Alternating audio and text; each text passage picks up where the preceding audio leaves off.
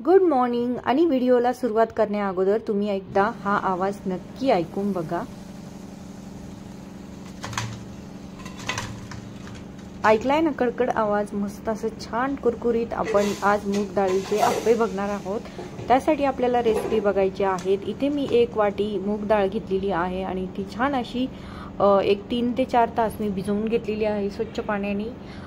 4 ते 5 वेळा धुवून तिला मस्त असं भिजवून ठेवलेलं होतं। त्यानंतर तुम्ही बघू शकता मस्त असं छोटासा टोमॅटो कट केलाय आणि बारीक असा कांदा पण कट करून घेतलेला आहे बारीक। आणि तुम्ही त्यामध्ये तुमच्या आवडीच्या व्हेजिटेबल्स पण घालू शकता। छान असं मिक्सरला मिक्स करून मस्त असं फिरवून घेतलेलं आहे। आणि त्यानंतर मस्त असं बारीक कोथिंबीर आणि टोमॅटो वगैरे घातलेला आहे। तुम्ही त्यामध्ये गाजर वगैरे घालू शकता। इकडे बघू शकता मी ते थोडीशी अंदाजे जिरे पावडर टाकलेली आहे। आणि तुम्ही म्हणाल ही दाखवत का नाही, पण मला अंदाज आहे सो मी त्या अंदाजे मिरेपूड आणि मस्त जिरापूड, चवीनुसार मीठ असं हे सगळं टाकून घेतलेलं आहे। त्यानंतर मस्त असं हिंग थोडंसं घातलेलं आहे।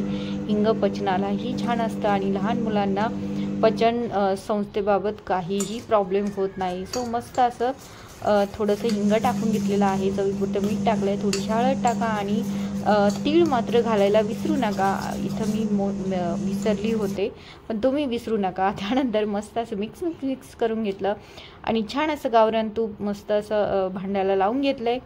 आणि तुम्ही त्यामध्ये तूप ऐवजी बटरही घालू शकता, पण मैत्रिणींनो बटर घालण्या अगोदर थोडंसं तूप किंवा तेल आधी भांड्यावर लावून घ्यायचं, कारण बटर एकदम जळून जातं। सो त्याआधी हे मिक्स करा तूप किंवा तेल, आणि मस्त असे बारीक आकाराचे आपले मिक्सर सोडून घ्या। मस्त छान असे गोल गोल कुरकुरीत ब्राऊन कलरचे भाजून घ्यायचे आहेत आपल्याला। आणि 5 ते 6 मिनिट एकदा मस्त गॅस आपला झाकण ठेवून चालू ठेवायचं आहे। स्लो गॅसवरतीच करायचं आहे, कारण ते छान असे मस्त शिजले पाहिजे आतमध्ये पर्यंत। आणि हे पटपट उलटलेले आहे। सो हे 3 झालेले होते आणि नंतर मी छोटंसं त्यांना बटर लावून घेतलेलं आहे।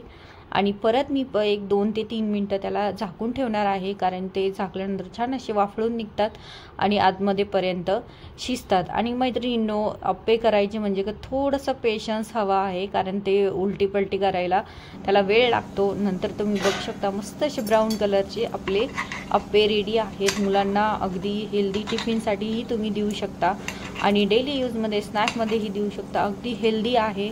आणि मैत्रिणींनो, तुम्हाला जर माझी रेसिपी आवडत असेल तर प्लीज माझ्या चॅनलला फॉलो करायचं विसरू नका। यूट्यूबवरही हा व्हिडिओ येणार आहे आणि यूट्यूबचं माझं चॅनल आहे तिथे पण तुम्ही मला सबस्क्राईब करायला विसरू नका, आणि तुम्हाला नवनवीन व्हिडिओ बघायला मिळतील।